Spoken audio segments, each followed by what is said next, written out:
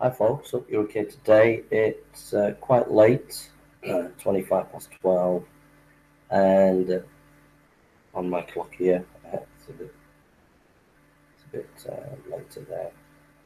Um, Hope everybody's okay. Love to everybody out there. Um, my website's jasonburnspreacher.com, jasonburnspreacher.com, jasonburnspreacher.com. There's loads of stuff on my website on theology, the Gospels, and loads of stuff about learning about Christianity, Reformed theology, looking at Islam, atheism stuff. So there's loads of stuff there for different types of people. And you can go from there onto my Twitter and Facebook where there's lots of stuff as well. I should be uploading some articles and various other things that I'm writing in the next few weeks. So have a look on that in the next few weeks, the stuff that I upload that I've actually written. I've done about 7 hours study today on Bart Ehrman, Dr. Bart Ehrman, and concerning his view of the Gospels, his book Jesus Before the Gospels. I listened to a couple of debates, well, 3 debates. I listened to him, his debate with Tim McGrew on Unbelievable concerning the Gospels. I listened to his debate to Richard Barkham on the Gospels, and also on Was Jesus the Son of God, a debate with Dr. Michael Bird. So that's like about 6 hours of debate, 2 hours with McGrew, 2 hours with Richard Balcom, and 2 hours with Dr. Bird. On top of that, excuse me, I've read a review. It's an 8-series review by a historical Jesus scholar,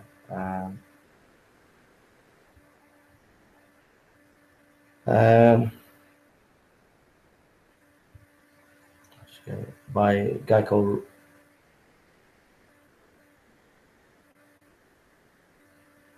Raphael. Raphael Rodriguez, Rodriguez, Raphael, Rafael, and then his surname Rodriguez. His Raphael's blog article. I'll just get the link. Sorry. It's a very scholarly 8-part series. The book, the Gospels. He's reviewing the book.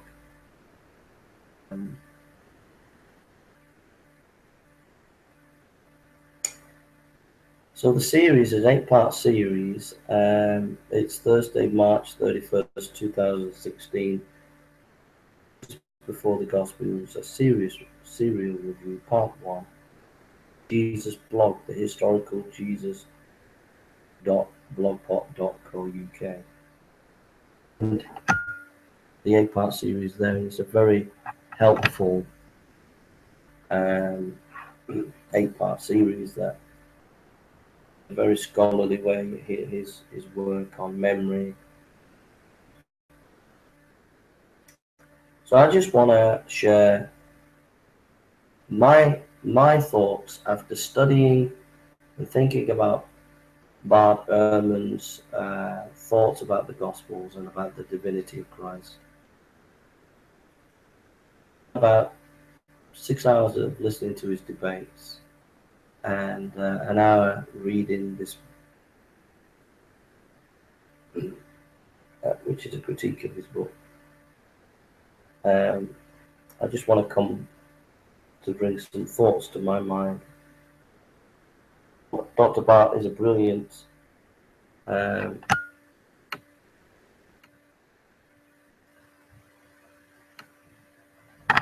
he's a brilliant debater. He's very, very good. In his debate with Richard Bauckham, he really put Richard Bauckham on the back foot. He really outmaneuvered Dr. Bauckham. His debate with Dr. McGrew was not as, I think McGrew got the better of him, but it was still a very closely fought debate, even though it was supposed to be a discussion on the unbelievable show. With Dr. Bird, I think he was rattled there because Dr. Bird really brought a lot of good historical research, and that kind of flustered Bart. But you can't take it away that Bart is a very brilliant rhetorical debater. Secondly, Bart knows his stuff. He definitely has a command of the various sources and literature, whatever he's debating or discussing. So, but I want to bring a few pointers out specifically concerning his understanding of the Gospels and his ideas of memory. And I get this from his debates that he's had because he's used some of the scholarship for the book in these debates.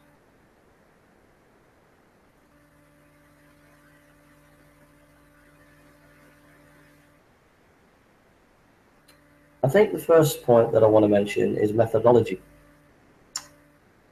I think when you're listening to Bart Ehrman, yourself, what is his methodology? He asked McGrew, "Are you an inerrantist?" And McGrew kind of like wouldn't give his game away whether he was an inerrantist. Now the reason why Bart did that is he wanted to expose publicly that McGrew had a bias.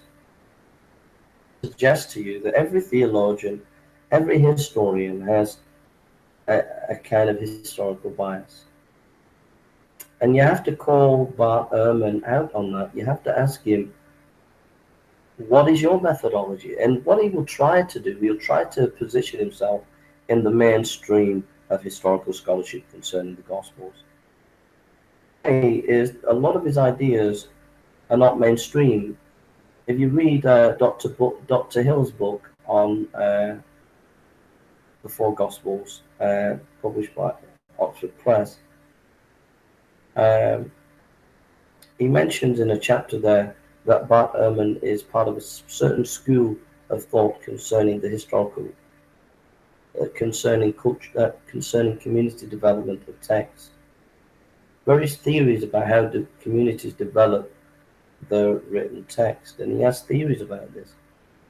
So I think it's important that you call out Bart Ehrman, if you're a scholar, on his methodology. What is his methodology? And hit his methodology hard. I mean, you can see that in any historical Jesus studies. You can see how Ramirez, how Schweizer, how many Dominic Crossan, how every scholar on historical Jesus studies has always had some kind of historical bias in some way, form criticism, etc. And so, what is the methodology? What is the strengths and weaknesses of it? And you find that Bart Ehrman will have theories about how community develop the text, and these theories, a lot of it won't be based in actual factuality. So you need to study that as a scholar, and as a Christian, you need to realize that every critic of the Bible has a bias, and you've got to find where that bias is, and not take for granted that they're trying to be objective, because they're trying to position themselves as being objective, but they're not. Just going to get some water.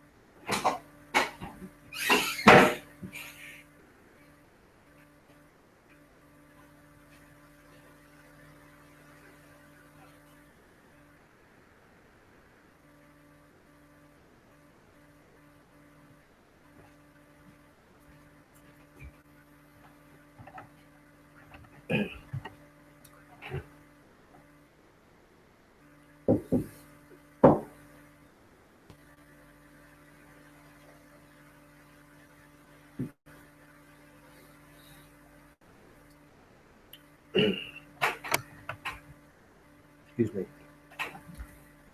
So that's the first point. The second point is, I think, cherry picking. What Ehrman does, he will say, well, we try to choose the historical bits of a gospel that are correct with our criterion, and then we leave stuff that isn't correct, that doesn't accord with our criteria. But often what he does is he cherry picks information from the gospels that he wants and disregards that which he doesn't want. That's what often the skeptics do. They'll say, well, we can't believe in the text being accurate by eyewitnesses. But yet they'll have to concede that there are certain historical facts within the Gospels. For example, Jesus dying on a cross, that the disciples saw the resurrection, even though they might not agree that the actual resurrection took place. Bart and others would accord to that as being factual. And then information is taken that they take that is helpful for them to make their argument, but then don't have their argument. So the cherry picking. So the question is, why the cherry picking? What reasons are they? Why are they making those decisions? Are they making those decisions based on factual evidence and looking at all the sources, or do they have an agenda? And I suggest that they have an agenda, that they're not being as objective as they claim to be.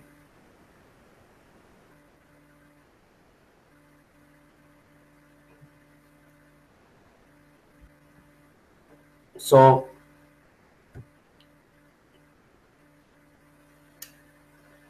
for example, Bart Ehrman will say, that Jesus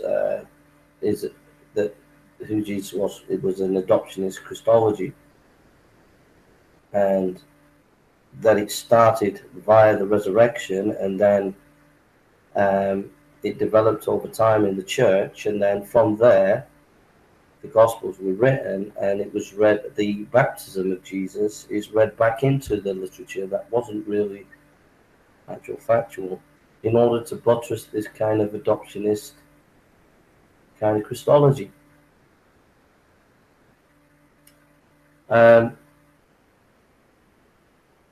So evidence of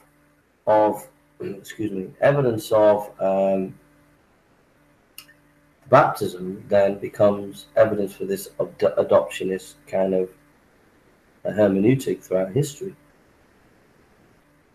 But there, it's taking one particular part of Scripture, i.e. the resurrection, and using that as a historical framework to suggest that a text is developed and that other parts of that text have been read into it because of that one particular piece of text, and then embellishing it with more of a historical context. So, for example, Bart would say, there are in Romulus that, there's a story of ascension there, but is it resurrection? Is it necessarily resurrection? Is there necessarily a comparison there? So what I'm saying is it's not actually looking at the data, the whole data of Mark in its entirety as a whole, and fairly assessing it in that way. We take a part of Mark, i.e. the resurrection narrative, and then use that as a hermeneutic for a historical development and reading back over the Markan text. So obviously there's not an objectivity there. There's a theory of development going on that is being imposed on the Markan material as an exegesis. So there's a theory of Christological development there based not on the veracity and variety of the textual material of Mark. Basically, it's taking one aspect of the text and then using that for a later analysis of Markan studies, and then also reading it in the future in historical development. So again, it's it's not actually scientific in its study of the marking material. It should take the whole of the marking material and dissect it and look at it in as a whole. And also, you know, I think the third thing which comes out as well is, so there's this cherry picking based on a theory, based on using certain texts or certain historical markers as a benchmark for reading the marking text and other texts. It's a theoretical understanding being imposed upon the text, the history. We've looked at methodology, we've looked at cherry picking.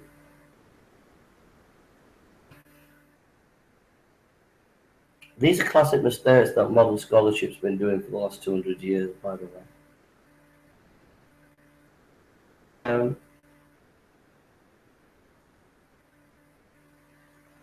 The third thing is use of sources. The use of sources. For example, quoting Romulus, quoting Jewish sources, saying that the Jewish sources can teach, like, for example, quoting Philo that he believed that Moses was a god. I think that often you have to go and check what the skeptics are saying about sources. And a lot of the times when Bart's quoting these sources, there are debates about the actual meaning of those sources. So, for example, when he quotes Philo, it's not as clear as what he makes out to be when he's saying that Philo's saying that Moses is a god. Meaning in the same sense that Bart would interpret it as. So you've got to be very careful with these scholars, and when they say things about sources, you need to go the source, go and read the source yourself, and you'll find often they're misrepresenting the source, and sometimes Bart does that, and also makes false comparisons. The comparison of the beginning of the Roman Empire with Romulus being made into a god because of an ascension, it is not necessarily the same as the Christian position of Christ's ascension, you know. And that's a classic example of what a lot of skeptics do, is, and this is what it comes down to, is not being culturally specific, and I think this is the key. This is the key to deal with Bart Ehrman, and that is cultural specificity. Cultural specificity. The skeptics are not very good at looking at the specific culture when they're studying the Gospels. What skeptics often do is they, and I'm thinking of 200 years of New Testament studies. What skeptics generally do is they generally have a theory.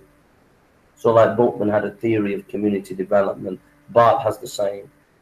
A theory of how text developed by community. Bultmann had a kind of theories, and Bart has a kind of theory. And so they have these theories. And then what they tend to do is they make generalities, statements, comparison. So like Bultmann's said that, you know, the Greek material in the ancient world is more applicable to looking at the Gospels than material. Bart Ehrman will say, well, let's look at some aspects of Jewish culture and Roman culture and make comparisons. But that these are generalities that are made about about aspects of the ancient world and then applied to the Gospels. So, for example, he'll say that there were these beliefs in gods, even in Judaism, other gods. And then he'll say that, you know, similarities of ascension can be seen in Roman literature, like Romulus. So there are these generality statements made of comparison with the Gospels. And that's one of the great weaknesses of modern scholarship, is it's not culturally specific. There needs to be much more detailed analysis in the Jewish culture of that time. There needs to be much more a differentiation between the Roman culture and the Jewish culture, etc. And the between the culture of the Gospels as opposed to the culture of Rome, or the culture. You see what I mean? You've got to look at it, things in the cultural specific aspect. I think that people like scholars like Adam Schlatter and Gresham Machen understood this. So the danger in Bart Ehrman, the making general statements based on only a few studies of sources, rather than being culturally specific and doing more an in-depth scientific study, is another weakness of Bart Ehrman, which has been a weakness of a lot of modern scholarship for the last couple of hundred years. I think the fourth thing is reinventing the wheel. There's been a lot of studies in anthropology. Bart mentions in his book, and mentions this, that there are people like John Miles Foley, Elizabeth Tonkiv, David C. Robin, Werner Kelbert, Albert Ford, Jack Goody, Walter J. Ong. These are anthropologists and thinkers in the area of memory, oral tradition, etc. They've written premier works on these things, and a lot of the New Testament scholars have begun to engage with this kind of literature and how it affects New Testament studies. But that's nothing new. It's nothing new. Gunkel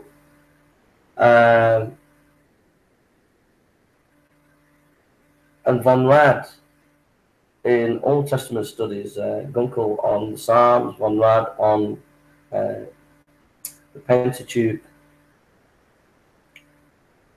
many years before, engaged with in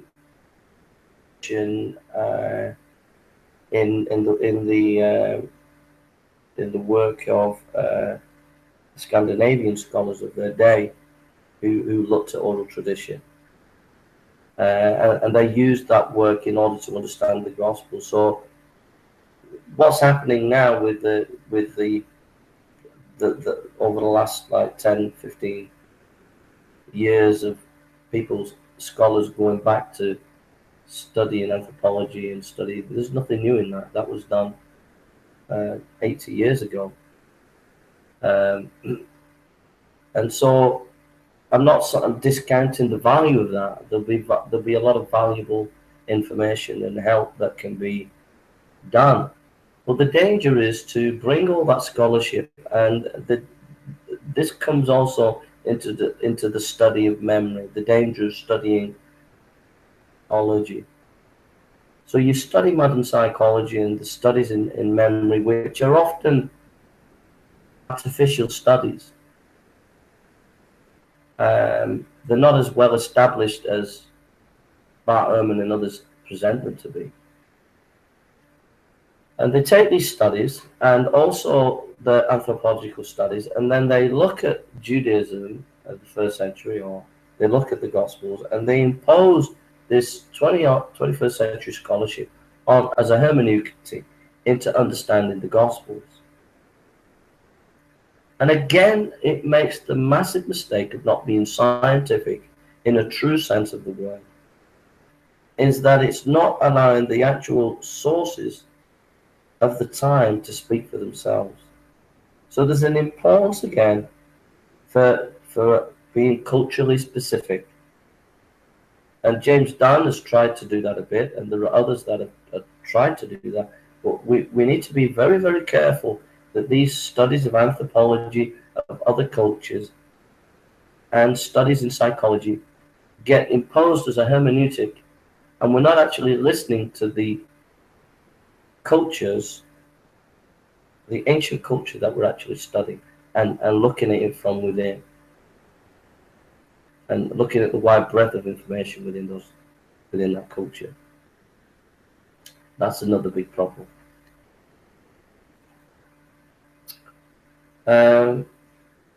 The other thing as well is the unfair skepticism in these kind of discussions. What you tend to find with skeptics is they tend to raise the bar of skepticism higher for the Gospels than they do they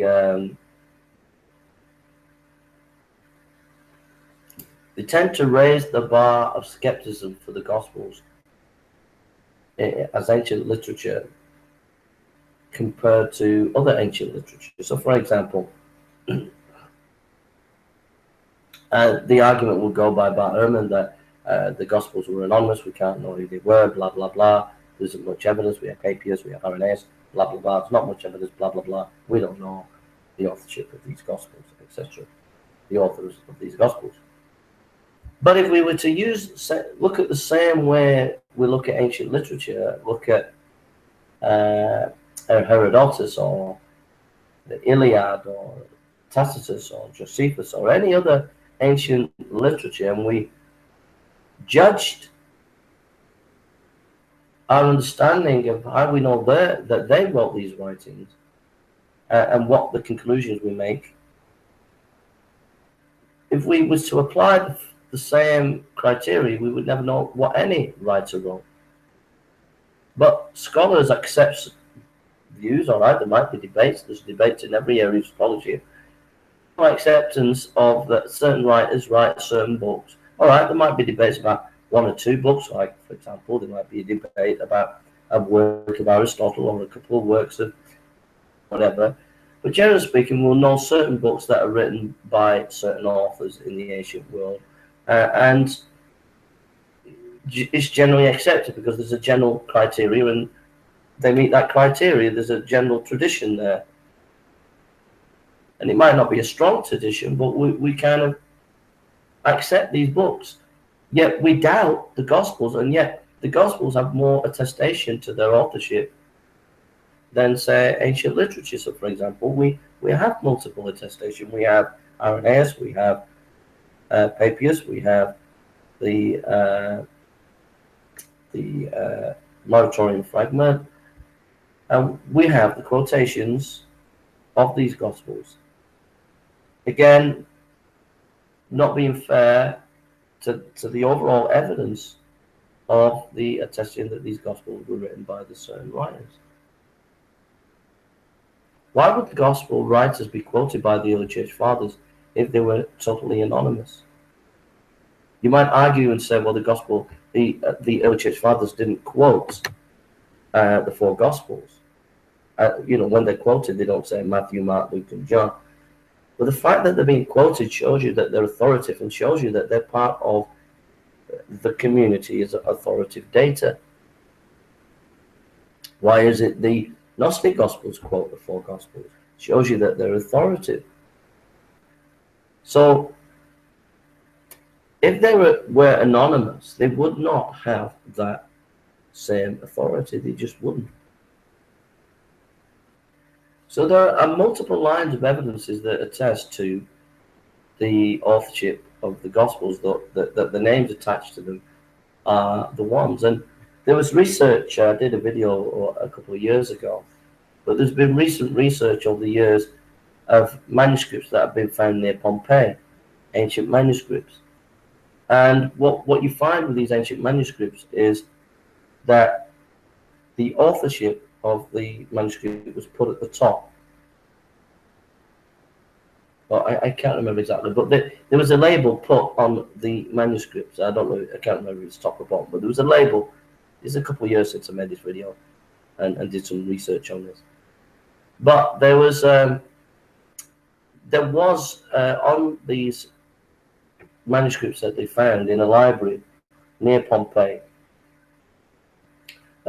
These ancient manuscripts had labels on to attest their authorship, and what that concluded, what that showed, is that literature, ancient literature, had traditions going with their authorship. So it'd be nonsensical to say that the four Gospels were anonymous. They would have had a tradition of authorship, as attested by the literature at Pompeii. So where was I going with that?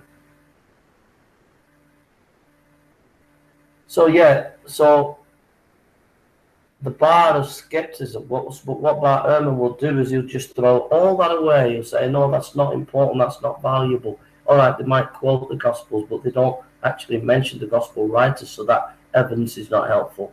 Papias, you can't really rely on Papias. And Irenaeus, well, he's against, he was against the heretics, and he's a later date. He's like 2nd century, so he's not valuable. But hang on a minute, you use all that data in the secular world, and that would be way more helpful, way solid attestation for the authorship of a particular books. But not for Bart Ehrman or skeptics. They're pushing the bar too far. So that's another problem. So is there any more issues? Yeah. The next issue I want to stare is historical studies and making claims from historical studies.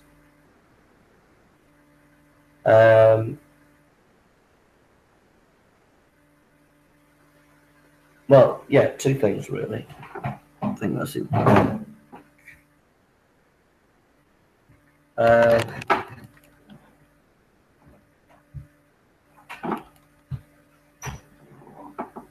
Couple of things really. I mean, all the things that I mentioned to you over the years, over the last 4 or 5 years, studying this stuff and engaging with this kind of material over the years, and debating with skeptics on the internet.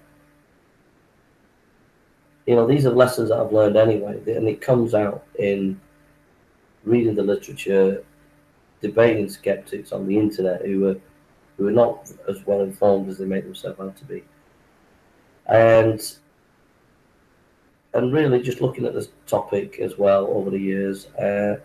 So just listening to these debates by Bart Ehrman, really these issues have come up before. I've mentioned them before. I've made videos on these topics over the years. So, you know, these are lessons that, and also like my reading, I have studied like for 10 years in academic theology. So I'm used to reading books on the history of theology, on the history of New Testament studies. So when you're trained in that kind of thing, you have a very good view or very good understanding of the historical development in scholarship. Once you have a really good grasp of the relationship between philosophy and New Testament studies, it really helps you to grapple with people like Bart. You know, so I know that I'm very well aware, where the general public wouldn't be aware, you wouldn't be aware even as a minister, of how philosophy gets into New Testament theology, New Testament studies, and historical Jesus studies. You wouldn't necessarily be aware of that. And also, because I'm I've always been strong in theology, in methodology. When I was at seminary, we studied Karl Barth, and the lecturer lectured on Karl Barth. And I went and did my own research on Karl Barth, and I studied intensively his methodology. And I went to some leading thinkers, scholars in the area of Barthian studies concerning Karl Barth's epistemology. So I've always been keen to go to get to the heart of a theologian, or get to the heart of a scholar, get to the heart of the issue. And a lot of it's to do with methodology. A lot of it's to do with where's the methodology. And that's what I'm that's what I've really been unpacking for you here. I would need to do many hours more research on Bart Ehrman if I was to. I mean, I'm not even there as a scholar when it comes to people like Bart Ehrman to debate or anything like that. But obviously, I'd have to do a lot of research if he was going to debate someone like that. But I can help you, having been in academic theology for like 10 years, hundreds of lectures by people like Bart Ehrman. I can help you as a minister, I can help you as a Christian, I can help you as a skeptic to deconstruct these kind of people. Because I have some tools that in my armory that can deconstruct these people. The thing to deconstruct is you've got to be careful about the statements about the times of Jesus in terms of literary theories and educational theories in the first century. Bart Ehrman has made in the past and continues to make statements about in his debates, the debates that I watched. He mentions that the Gospels couldn't have been written by the writers because they were illiterate and they didn't have a high understanding of Greek, and so they couldn't have written the Gospels. Now, this is based on studies that have been done, and the information that we have is that there are a few aristocrats who were from a Jewish background that wrote in Greek, for example, Josephus, and they didn't find it easy in writing in excellent Greek. Josephus, apparently, so Bart Ehrman says, has to need help in writing Greek or more classical, excellent Greek. Malcolm mentions that it's the Greek in the New Testament Gospels is simplistic Greek. But the point is this: is that Bart Ehrman has made statements like this before on his views of literary development of text, concerning scribes and the educational ability of certain scribes at certain times in history, i.e. the first century. And he's making claims about the Gospels couldn't have been written because it was only the aristocrats that were excellent in Greek. Again, here's the point that I want to get at. Theories about how can I say? I would call them esoteric, assumptive theories about literary and educational development in first century Palestine. They're assumptions, and they're esoteric in that they're creative.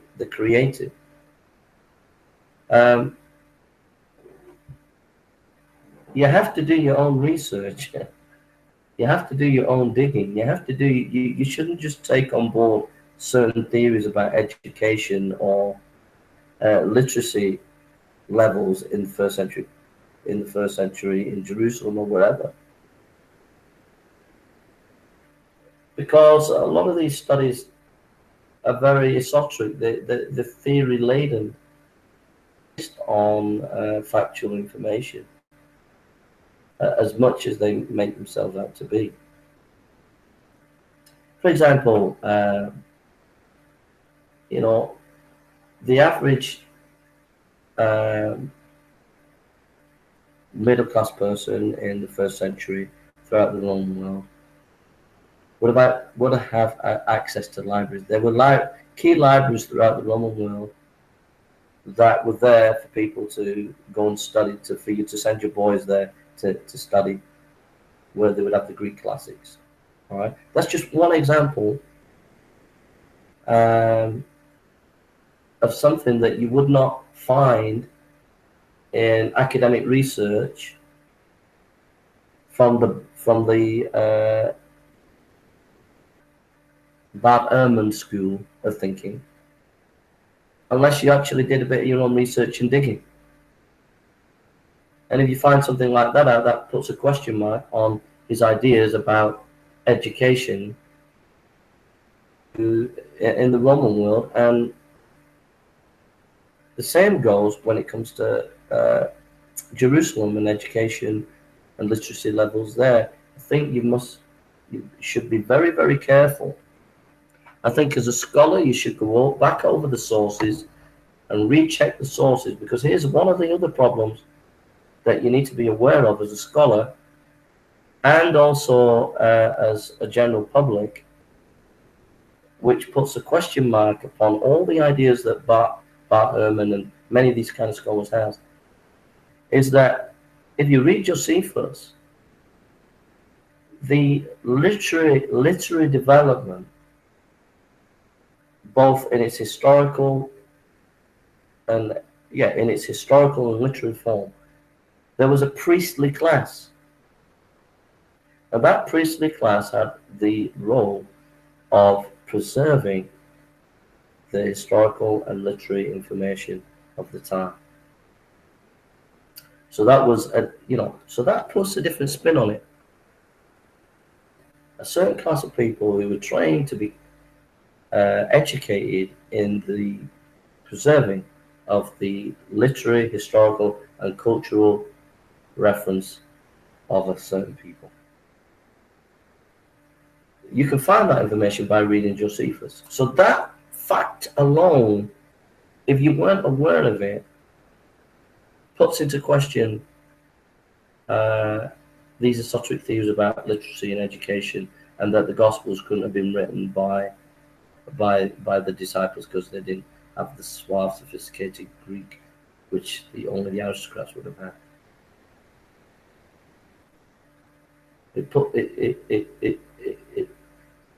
It gives a big open question to that kind of theory. The other thing as well is, it seems to be coming from a narrative, a certain historical reference or narrative that is looking at, that seems to have a residue of kind of leftist Marxist kind of understanding of history, that it's the capitalist or the powerful that are in control of history, and there seems to be a vestige of that within the historiography of that kind of idea. Why is it not impossible for ordinary peasants to learn Greek? It's not impossible. That's just a throwaway comment. My main argument is this idea of priest is very central. The priestly class was very central in terms of preserving the literature of the time. So what that means is there would have been people trained, and if the disciples were going to synagogues, they would have been in contact with these kind of people, and that they couldn't have imbibed that kind of culture or been trained up in that culture themselves is not an impossibility. So in other words, you've got to question these theories about literacy, what come out sometimes. You've got to question it, and always go back to the sources. That's the big thing. You've got to go back to the sources, and when you go back to the sources, often what scholars are saying can be overturned by just looking at the sources yourself. Because again, the last 200 years of scholarship in New Testament studies has often not been scientific, in the sense they claim to be looking at the sources, but they don't look at the depth, the variety, and specifically all the sources. What they tend to do is cherry pick according to their esoteric theory of literary or community development of ancient texts. That has always been the problem, and it continues to be the problem. And they might study anthropology or they might study memory studies, but it comes down to this. They're not doing things the way Adolf Schlatter would do it. They're not doing it the way Theodore Zahn would do it. They're not doing it the way those kind of scholars would do it. And that is to be more scientific and rigorous in looking at the sources in their variety, just to speak for themselves. Now, obviously there will be minutiae studies of specialists who might study certain archaeological developments that we're finding. I don't take that for granted. I don't take away the fact that there are many scholars doing specific grand studies in certain areas in New Testament studies in archaeology and philology and whatever. I don't take that for granted. But generally speaking, practitioners fail to be scientific, truly so, in looking at the vast array of sources and allowing truly the sources to speak for themselves, is often overlaid with theory-laden esoteric views of community development.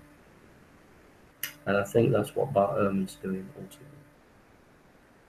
So the motto is really go back to the sources yourself, study yourself, and you'll find often that scholars, you can correct modern scholarship in these areas by going to the sources yourself and finding out for yourself. All right. Thank you for listening and take care. God bless. Don't forget my website, jasonburnspreacher.com. jasonburnspreacher.com. And I hope that what I've shared with you has been a help. And please pray for my work, my preaching and evangelism, and the work that I do in evangelism in the UK. I need your prayers. And I hope this has been a help to you. If you're a theologian, a philosopher, or a thinker, I hope this has stimulated you to rethink things. You know, you want to go back to reading Josephus. Just read it again and again, read him again and again, and just go slowly as a scholar. Just do it. Just keep doing it. Keep doing it. And as you do it, you'll find time and time again a lot of things that scholars say. You'll look at things in a fresh light and bring new articles, new discussions to the table. And it's the same with Philo and many of these ancient pieces of literature. Just go back again and allow them to speak to you. Just listen. Don't come with perceptions of whatever the scholarly debates have been the last 30 or 40 years. Just go back to the material afresh.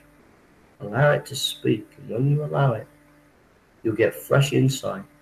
And a lot of the things that you've been debating as scholars, you'll be writing articles where you're overturning the accepted thing, because we often miss what's obvious before our eyes because we're theory-laden contextually with theories of development, community and manuscript development, rather than just allowing the sources to speak for themselves. All right, thank you for listening and take care. God bless.